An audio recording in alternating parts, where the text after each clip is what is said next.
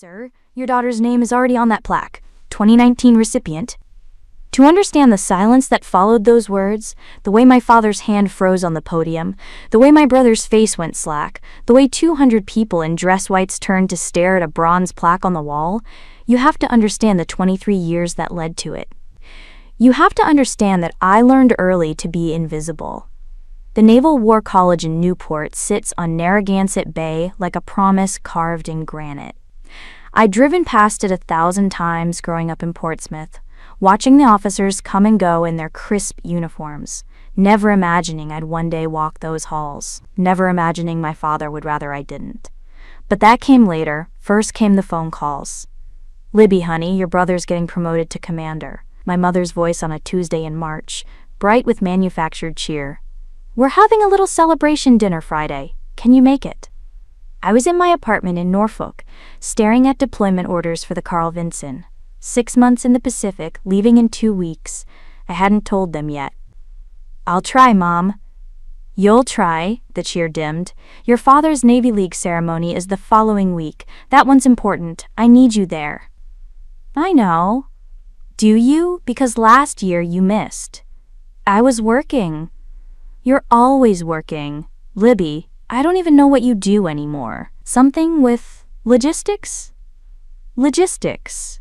That's what I'd told them 6 years ago, when I made captain and couldn't explain why a 37-year-old woman with a career they barely understood was suddenly commanding a destroyer. Easier to let them think I shuffled papers somewhere in the vast bureaucracy of the Navy than to explain that I'd spent 3 years in the Arabian Gulf, that my ship had intercepted weapons shipments and tracked submarines, that admirals knew my name. "Something like that," I said. "Well, try to take time off. For family, your brother made time." My brother. Lieutenant Commander Jackson Scully, golden child, Dad's clone in every way that mattered. He'd followed the path laid out for him with precision. Naval Academy, surface warfare, steady climb up the ranks. No detours, no surprises. The kind of career you could explain at dinner parties. I'd taken a different route. ROTC at URI while Dad was deployed. He'd wanted me at Annapolis like Jackson, but I'd chosen civilian college, naval training on the side. A compromise that felt like betrayal to him. Then I'd gone surface warfare anyway, proved I could do what Jackson did, and he'd never forgiven me for doing it my way. "I'll be there," I told my mother. I made it to the dinner, barely. Flew in from Norfolk Thursday night, arrived at the restaurant in Portsmouth just as they were ordering appetizers. The place was called the River House. White tablecloths, water views, the kind of establishment where naval officers brought their families to celebrate promotions and retirements. "Libby!" My mother stood, enveloped me in a hug that smelled like Chanel and concern. "You look tired?" "Long week." She always looks tired. Jackson, from his seat at the head of the table. He'd grown a beard since I'd seen him last. Naval regulations be damned. Apparently he had a staff job now where grooming standards were flexible. "How's the logistics game, sis?" "Thriving." My father nodded at me from across the table. Admiral Theodore Scully, retired. 3 stars that still carried weight 15 years after he'd left active duty. He consulted now, sat on boards, gave speeches. The Navy had been his identity for 40 years, and retirement hadn't changed that. "You're late," he said. "I'm here." Jackson's wife Brittany smiled at me with the kind of pity people reserve for distant relatives at funerals. "We were just talking about Jackson's new assignment. Tell her, honey." "Pentagon," Jackson said, unable to keep the pride from his voice. "Strategic planning. I start in August." "Congratulations."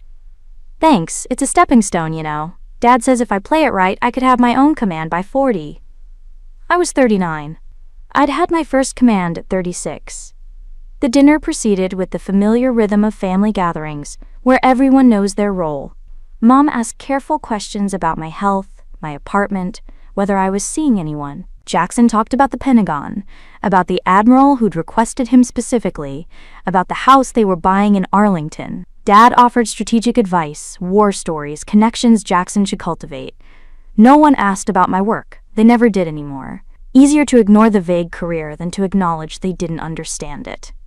The Navy League ceremony next week, Dad said over dessert. I'm receiving the Distinguished Service Award. Should be quite an event. That's wonderful, I said.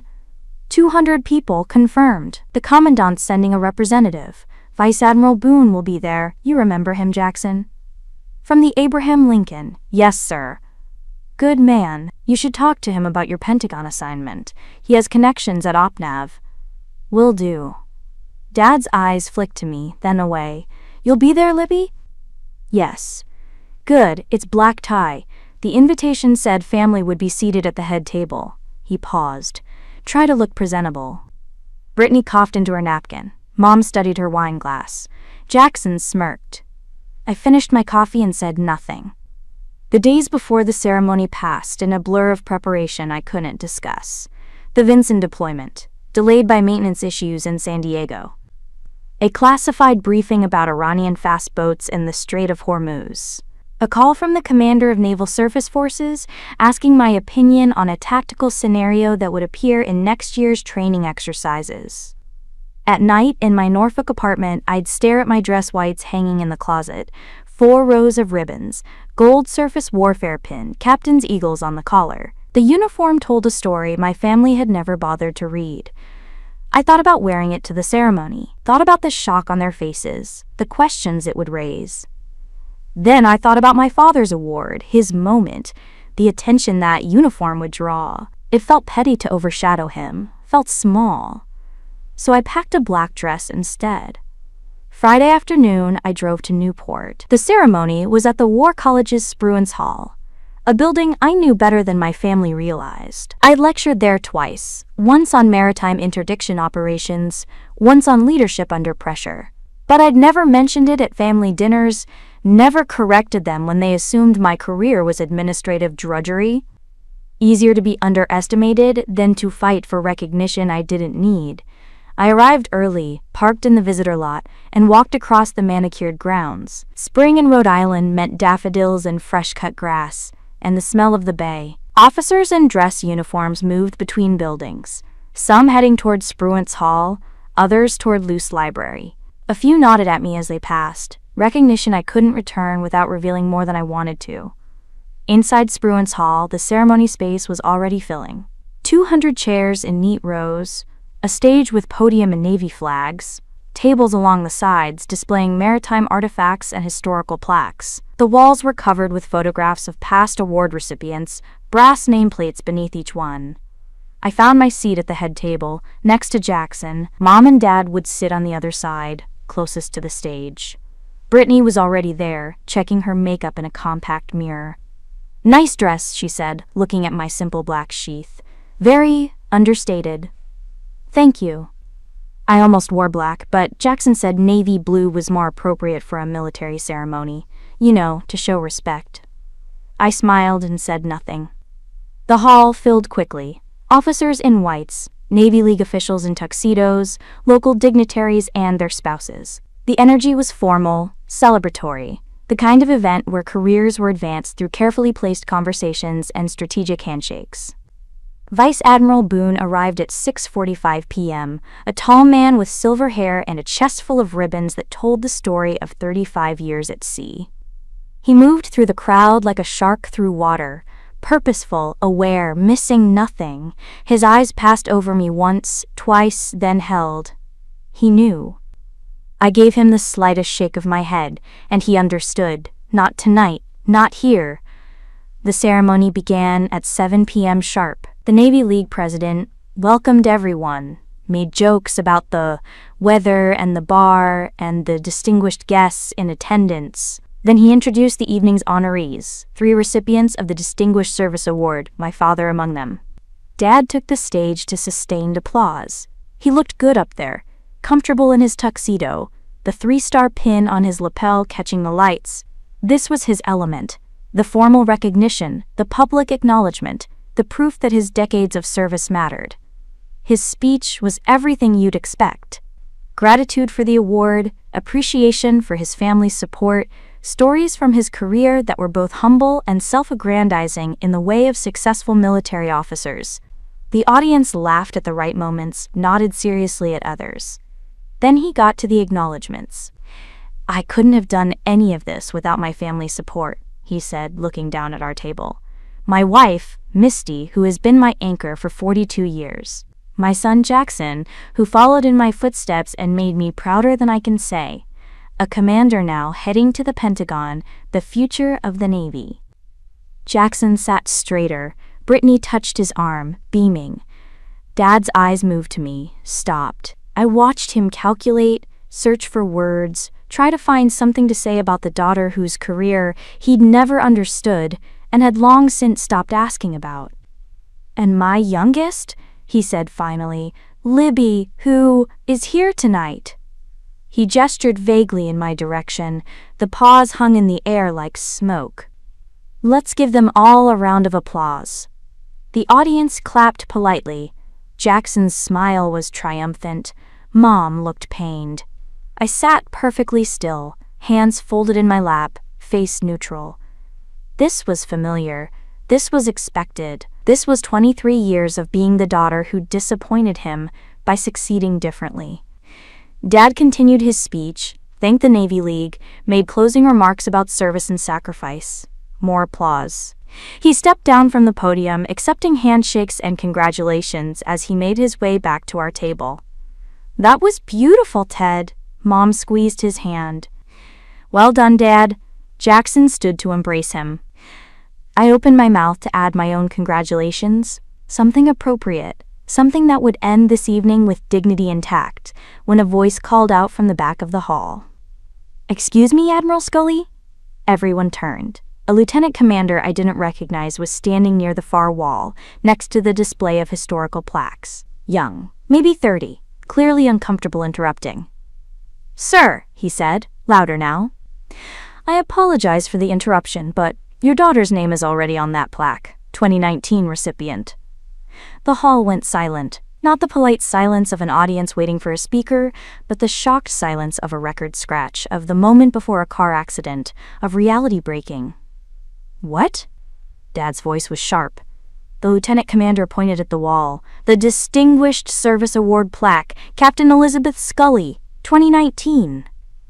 200 heads turned in unison. I heard chairs scrape, whispers start, someone gasp. On the wall, between the photographs and beneath the brass nameplates, was the plaque I'd walked past 100 times and never mentioned. The list of names glowed under the spotlights.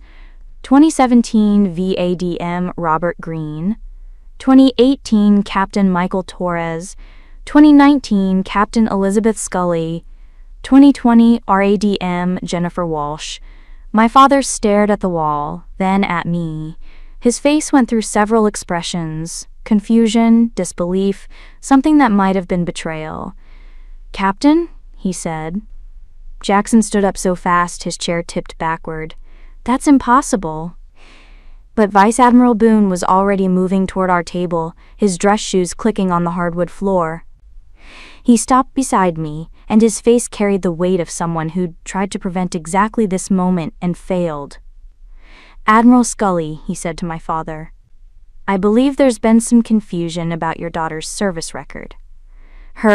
Dad couldn't finish the sentence. "Captain Elizabeth Scully," Boone's voice carried across the silent hall. "Commanding Officer, USS Winston Churchill. Previously, Commanding Officer, USS Porter. 2 deployments to 5th Fleet, 1 to 7th. Navy Cross nomination for actions off the coast of Yemen in 2018. She's one of the finest surface warfare officers of her generation." Mom's hand was over her mouth. Brittany had gone pale. Jackson was staring at me like I'd grown a second head. "You commanded a destroyer?" Dad's voice was barely a whisper. I looked at him, really looked at him, for the first time in years. Saw the man who'd wanted me to follow his exact path and couldn't respect any other. Saw the father who'd spent 23 years not asking questions because he was afraid of the answers. "Yes," I said. "Why didn't you?" "Tell you." I stood up slowly, smoothed my dress. "I did. 6 years ago, when I made captain. You said, 'That's nice, honey,' and asked Jackson about his new duty station." The memory landed like a physical blow. I watched him flinch. "I told you about my command," I continued, my voice steady, quiet.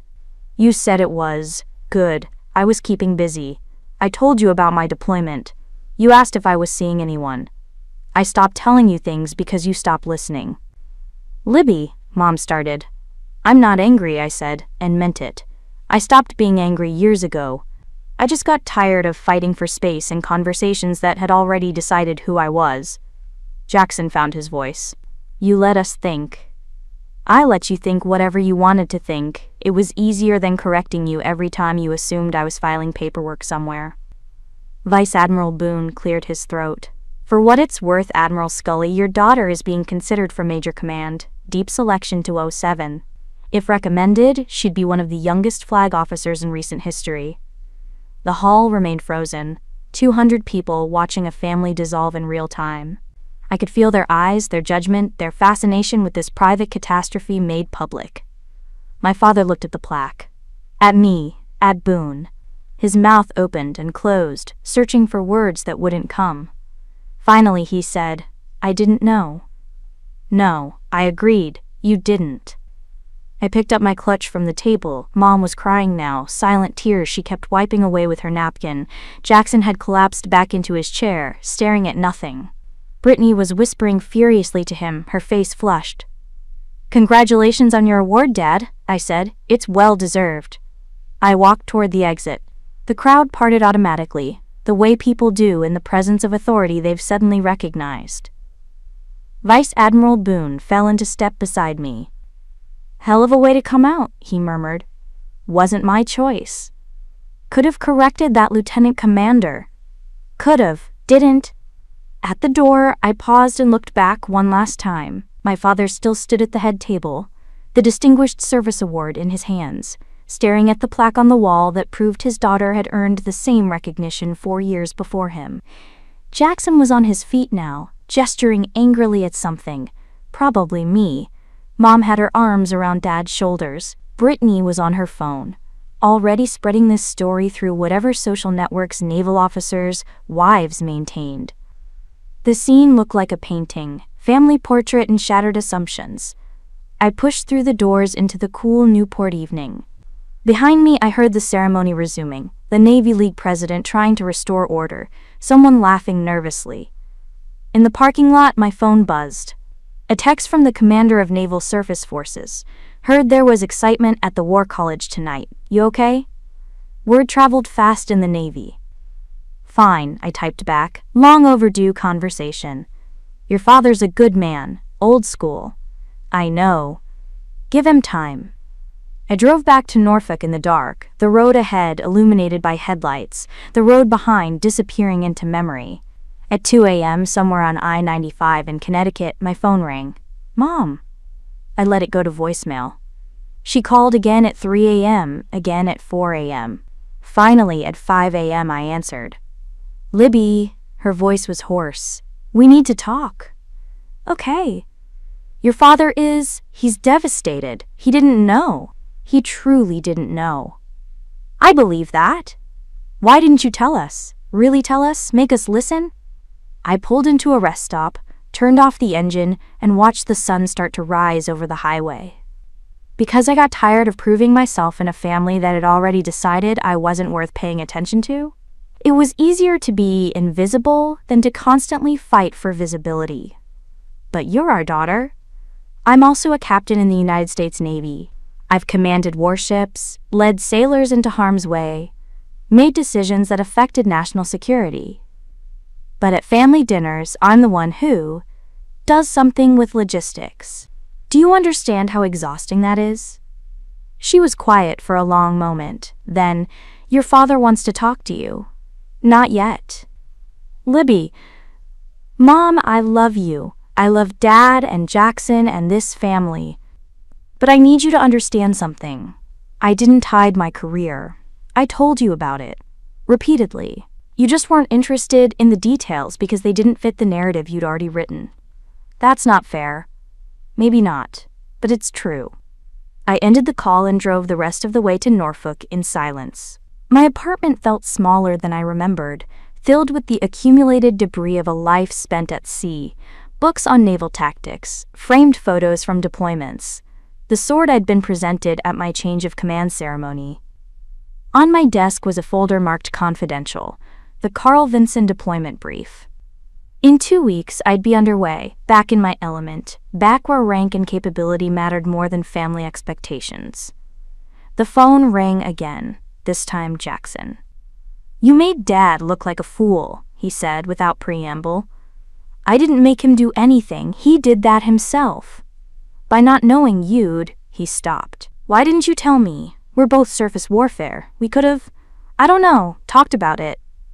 "When?" I asked. "When you were explaining to everyone how you were following in Dad's footsteps? When you were talking about your Pentagon assignment like it was some major achievement? When was I supposed to mention that I'd already done everything you're still working toward?" The silence on the other end was answer enough. "I didn't want to compete with you, Jackson. I never did. I just wanted to do my job without having to constantly justify it to a family that had already decided it wasn't important. You let us think. I let you think what you wanted to think. That's on you." I hung up before he could respond. 3 days later, a package arrived at my apartment. Inside was a photograph, the War College plaque, my name clearly visible in brass, a handwritten note from my father. "I should have asked. I should have listened. I'm sorry. It wasn't enough, not yet, but it was a start." 2 weeks later, I stood on the bridge of the Carl Vinson as it left San Diego, heading toward the vast Pacific. Behind me, 200 sailors executed their duties with the precision I'd helped instill. Ahead, 6 months of operations in one of the world's most complex maritime environments. My family would call, eventually, and eventually I'd answer. We'd rebuild something from the wreckage of that ceremony in Newport. But it would be different this time, built on truth instead of assumption, on respect instead of condescension. I'd spent 23 years being invisible by choice. That chapter was closed. The sun set behind the California coast, painting the sky in shades of orange and red. The carrier cut through the water at 20 knots, heading toward a horizon only I could see. "Captain?" My XO approached, holding a tablet. "The Admiral's compliments. He's requesting a video call at 1900. Tell him I'll be ready." The XO nodded and departed.